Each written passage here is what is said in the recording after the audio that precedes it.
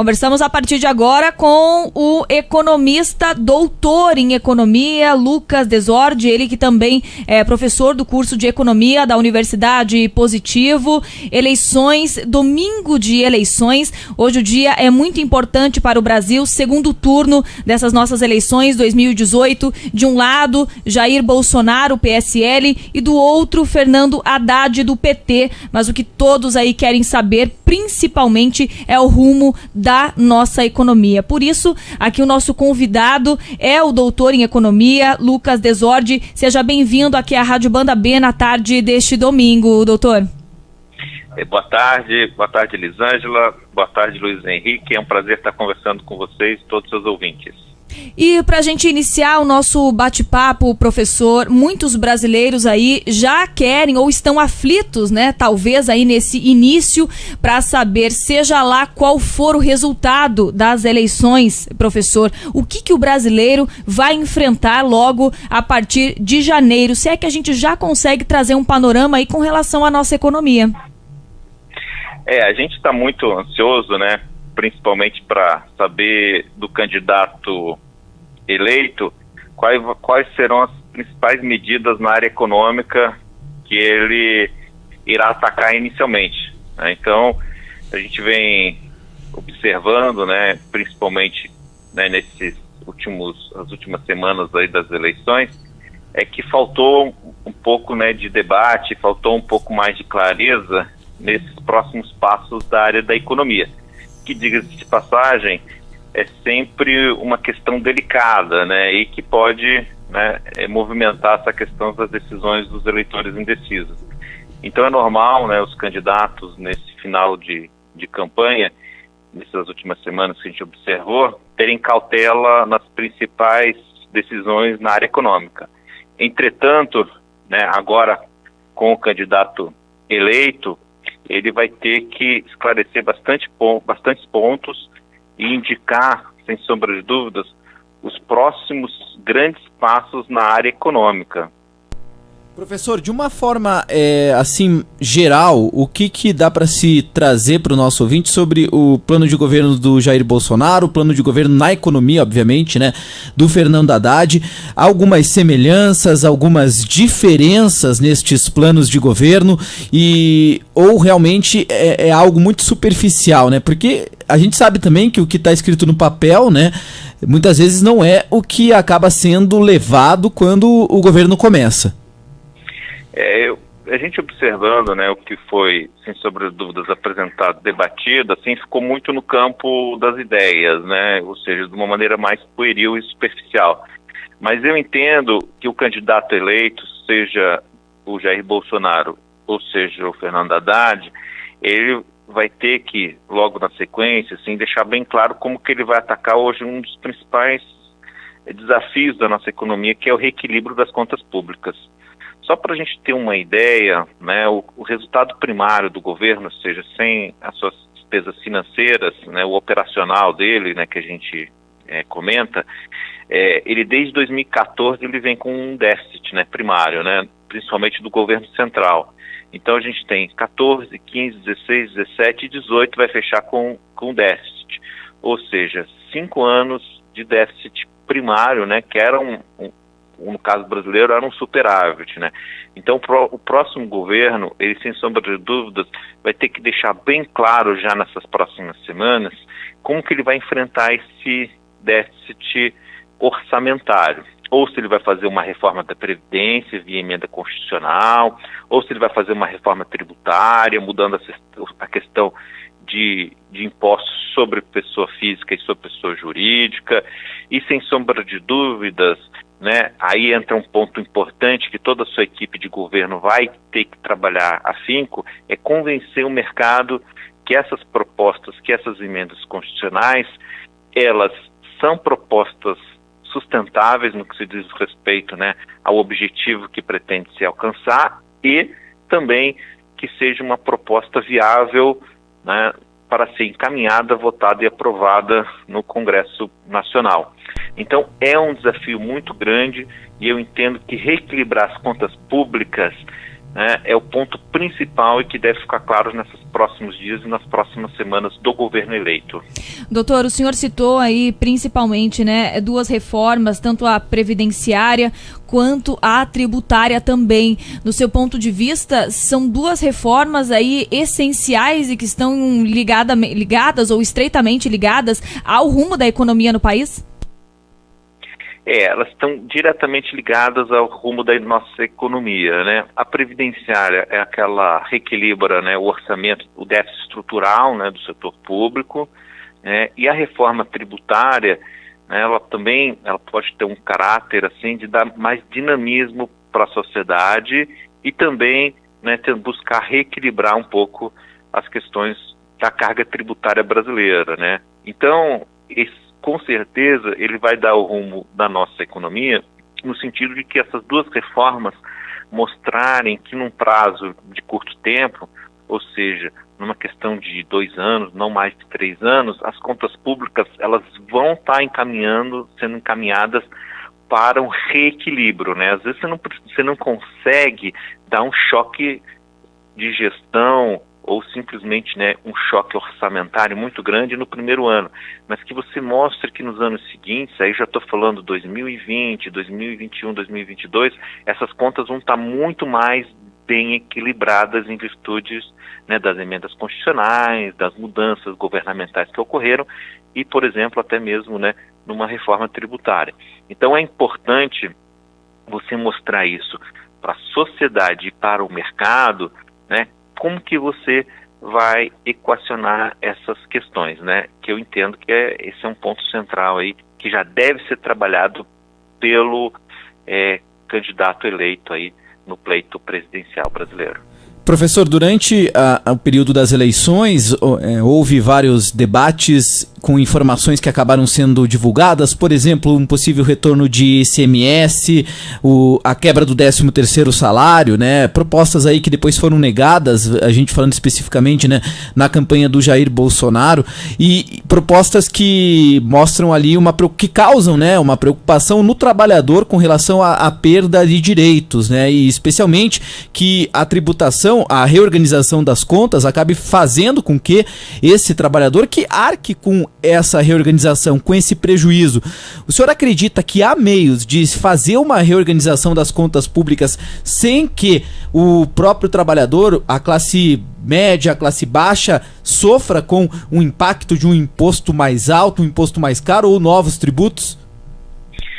Eu acredito que sim. A gente tem espaço dentro da carga tributária brasileira para a gente buscar, né, se for possível, né, uma nova organização de arrecadação e até mesmo fonte de arrecadação que não venha afetar a renda dos menos favorecidos, ou seja, da população com mais baixa renda. A gente entende que, por exemplo, a proposta do imposto, né, da volta da CPMF, ela não é um bom imposto, né, em virtude do fato de que ela é um imposto regressivo, né, ou seja, as movimentações financeiras e, consequentemente, né, o impacto que ela tem no orçamento, né, das pessoas físicas, por exemplo, ela recai mais sobre os mais pobres, né? Então é um imposto regressivo, é um imposto que a gente não quer ver de volta na nossa sociedade, na nossa economia. Então eu evitaria você ir por um tipo de imposto CPMF no qual o Paulo Guedes inicialmente tinha proposto e que o Bolsonaro até mesmo ele descartou, né, essa possibilidade. Inclusive na época ele estava no hospital, tal, e descartou essa possibilidade. Eu entendo assim que se a equipe econômica, né, julgar necessário aumentar os impostos, ela deve aumentar os impostos sobre a renda, né, sobre o patrimônio e consequentemente de uma forma progressiva, ou seja, quem ganha mais, ou seja, quem tem maior renda, maior arrecadação e consequentemente maior patrimônio, paga-se mais, né? Eu acho que essa seria a lógica mais saudável para o equilíbrio social, né, que necessita-se bastante na economia brasileira. Então, nisso a gente tem espaço para analisar e para discutir uma proposta que seja de tributação, seja de reforma tributária, que seja progressiva na renda. Eu entendo, assim, para terminar assim, na linha de raciocínio, é que se vier um imposto, uma proposta nesse sentido, ou seja, de aumentar, né, a carga tributária do governo federal sobre patrimônio, sobre renda, é que ela venha também, né, compensando uma redução dos impostos sobre os produtos, sobre bens e serviços. Tá? Esse imposto sobre bens e serviços, né, que é ICMS, IPI, COFINS, etc. Tal, esses impostos, eles necessitam também uma redução. Eu acho que é um imposto que prejudica muito o empresário. Então seria, dentro de uma visão, né, de reequilíbrio da carga tributária, mantendo o princípio da equidade, né, que é um princípio tributário muito importante assim, para o avanço da sociedade, é que, né, essa proposta de imposto de renda mais progressivo, né, sobre patrimônios e, consequentemente, sobre renda dos mais ricos, que seja acompanhada também, paralelamente, com uma redução de imposto sobre produto. E daí a gente tem até produtos mais baratos, né? Não tem sentido você tributar muito forte remédio, não tem sentido você tributar muito forte alimentos, ou seja, produtos de consumo básico da população brasileira. Professor, recentemente temos aí em pesquisas, IBGE divulgando a marca de desempregados, né? Atingimos aí quase 13 milhões, e essa é uma também das preocupações com relação aos desempregados, para que a economia volte a fomentar, para que os consumidores, os trabalhadores voltem a comprar também, e para que isso a economia volte a girar no Brasil, também deve ser uma das preocupações para a economia? Com certeza, né? A gente entende que o grande problema da recessão, o principal mazela da recessão, é o desemprego, né? Sem sombra de dúvidas, né? O desemprego alto e persistente que a gente vem observando é um problema social que deve ser atacado já de início pela equipe econômica do governo eleito. Agora, a minha análise que eu faço, assim, dessa questão do desemprego, pelo que eu entendo, assim, em virtude do fato de você ter que fazer necessariamente um ajuste das contas públicas, é que essa recuperação venha necessariamente, assim, pelas empresas privadas, né? E diga-se de passagem, quem entrega bastante são as pequenas e médias empresas. Então, aliado a essas duas grandes reformas macroeconômicas, né, que é a reforma da Previdência, né, e uma reforma tributária, né, que é importante ele já anunciar, né, a sua característica da reforma tributária, seria importante também ele já divulgar também na sequência, assim, reformas microeconômicas, né, que venham desburocratizar, que venham facilitar a vida do pequeno e médio empresário, né. E com isso, facilitando a vida do pequeno e médio empresário, né, a reforma tributária é uma delas, né, que facilita na questão dos impostos, ela vai também gerar uma condição mais saudável para o crescimento das empresas privadas e, sem sombra de dúvidas, o combate desse desemprego. Eu faço apenas uma ressalva. Nós só vamos combater esse desemprego mais pesado, né, ou seja, derrubar bem esse desemprego, se o setor da construção crescer, né, o setor da construção civil crescer. Então, além dessas reformas microeconômicas, seria oportuno também o governo dizer como que ele vai reativar as obras paradas, as grandes obras paradas do governo federal, né, junto com a iniciativa privada, e quais são os seus programas de novas obras, que, diga-se de passagem, a gente vai precisar identificar as fontes de recursos. Aí pode ser uma parceria pública-privada, ou pode ser processo de privatização, ou processo de concessão, e por aí vai. Mas é importante ele deixar bem claro que ele tem uma proposta, né, alinhada com a necessidade de você reestruturar o Estado brasileiro para reativar os grandes volumes de investimento em infraestrutura que o Brasil precisa e necessariamente combater o desemprego mais pesado na economia brasileira. Nossa, quanta informação, hein, professor? O senhor permanece aqui conosco, vamos trazer ainda mais informações, vamos ainda fazer um giro com a nossa equipe de jornalistas que estão na rua neste domingo de eleições. Tem ainda muitos questionamentos, né, Luiz, que vamos verdade, ainda... Elisângela, já temos muitas perguntas a serem feitas, né, e que com certeza o professor vai nos ajudar muito, né?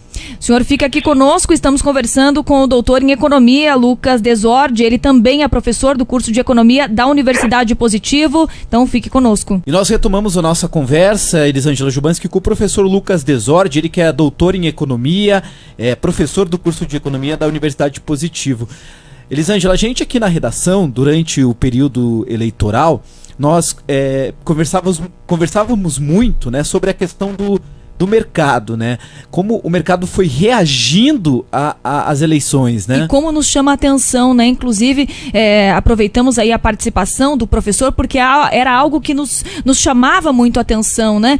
O mercado financeiro, ele reage a cada pesquisa, a cada intenção de voto, de um para mais. Sempre ouvimos e sempre ficamos antenados com relação ao mercado financeiro, bolsas. O que isso, professor, interfere diretamente? Por que o mercado, ele de certa forma, ele também reage a essas pesquisas, ao candidato que está mais propenso, né, a ser eleito? O que acontece de maneira... É até uma especulação para a gente conseguir entender. E até mesmo, né, professor, de que forma que esse mercado pode influenciar o eleitor, né? O eleitor mesmo, percebendo, o dólar tá mais barato, opa, tá mais fácil de eu ir pra Disney, tá mais fácil de eu comprar aquele meu produto, de eu ir pra Foz do Iguaçu. Então, como que isso é programado, né? O mercado, ele sempre, lógico, né, ele sempre tem uma expectativa, né, em relação à política econômica do governo e ao futuro do país.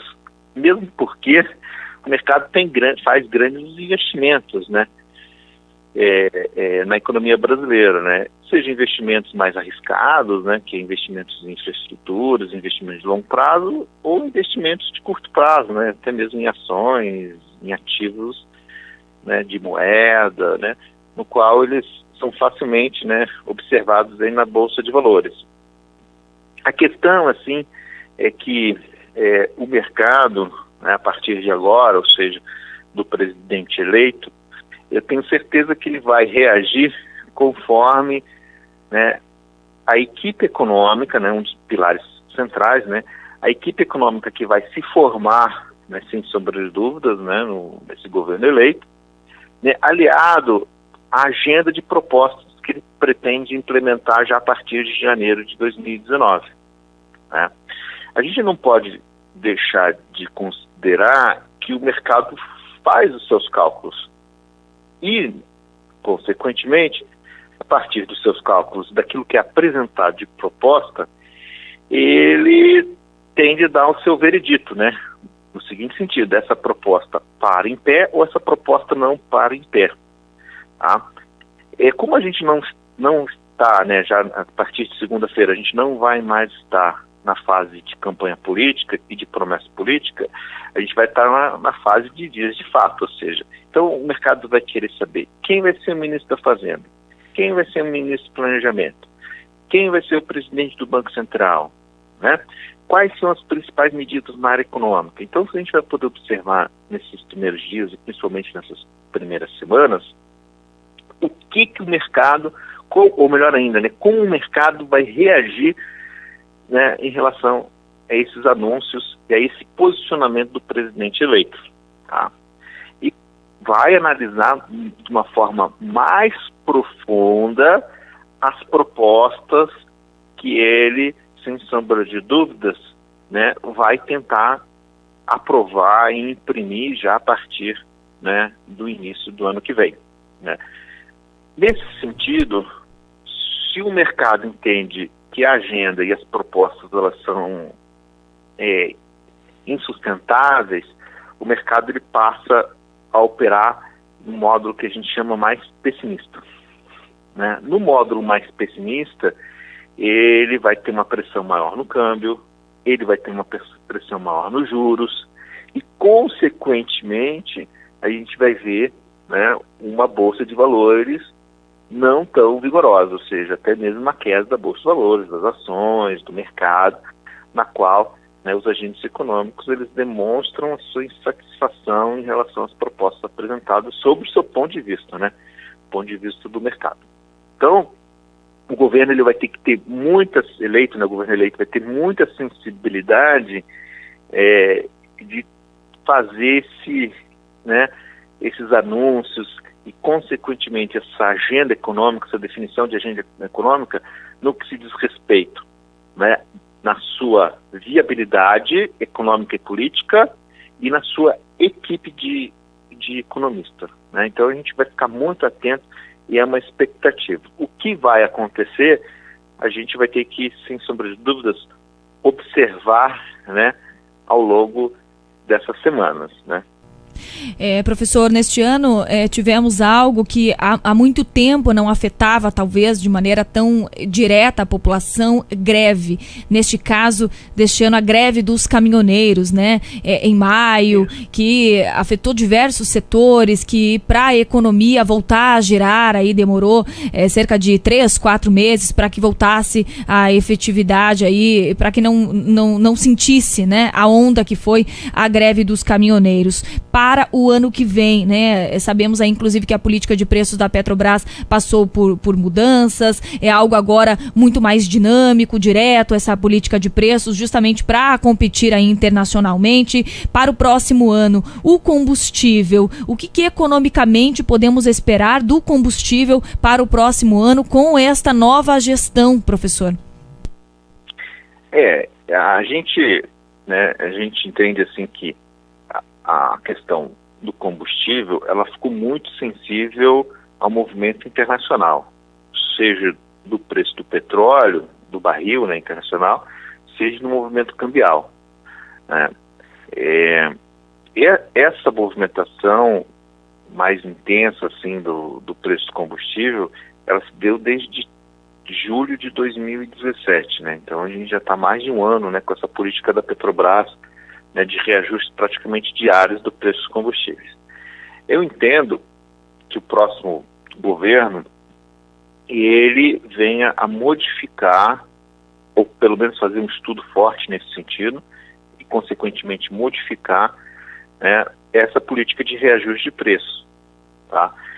Fazendo com que tenha uma média dos últimos 2 meses, ou uma média dos últimos 20 dias, para fazer ajustes mais suaves no preço da refinaria, né, que vende para a distribuidora, no preço da refinaria da Petrobras, né?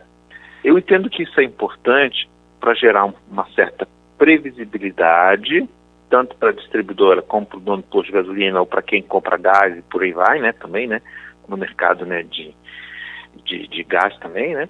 Então, é importante essa previsibilidade, até mesmo para ele ter um comportamento, né, mais próximo e mais adequado aos consumidores, né, no sentido de ter mudanças muito constantes também. E é difícil, né, para quem trabalha na ponta, que eu falo com o consumidor, fazer sistematicamente mudanças de preço, né?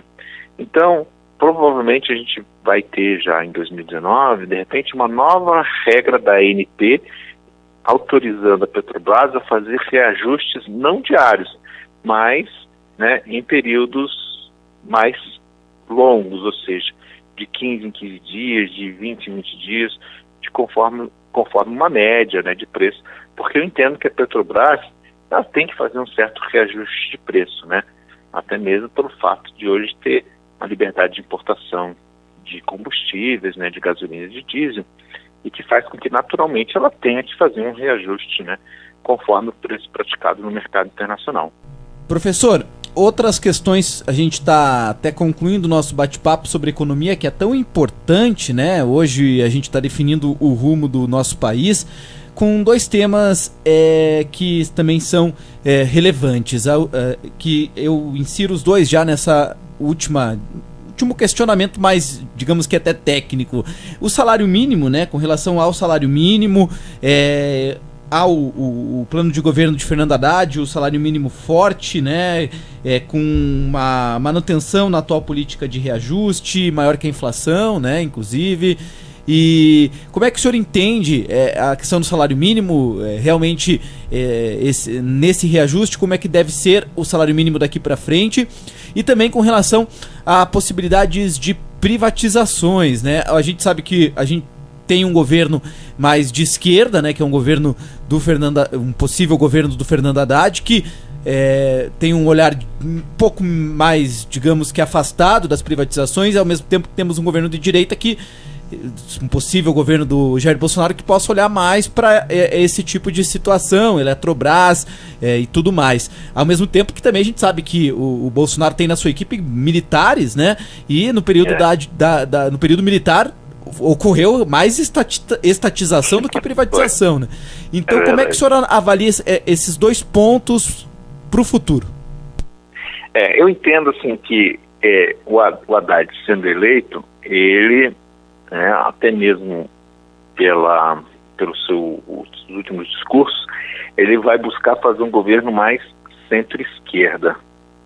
E o Bolsonaro, sendo eleito, ele vai fazer um governo mais centro-direita.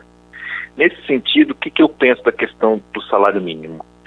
Se o Haddad ganhar na questão do salário mínimo, ele vai buscar reforçar o ganho de salário mínimo e, consequentemente, sua indexação, né, a todo o funcionalismo público, assim, como uma política de distribuição de renda. Então, ele vai buscar indexar, por exemplo, né, até o Bolsa Família, indexar, né, salários de funcionalismo público, e toda a máquina do governo aos reajustes de salários mínimos. E, consequentemente, né, às vezes ele não vai conseguir fazer no primeiro ano, mas logo na sequência, ele vai focar numa valorização, né, desse salário mínimo.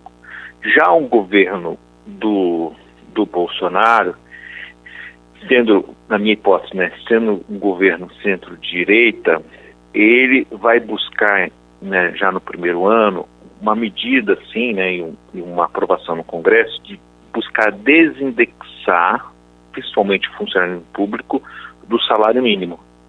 E manter o salário mínimo, assim, específico, de repente, para alguns programas do governo e específico, né, para alguns setores, né, do governo central, né, do governo, como reajuste atrelado ao mínimo.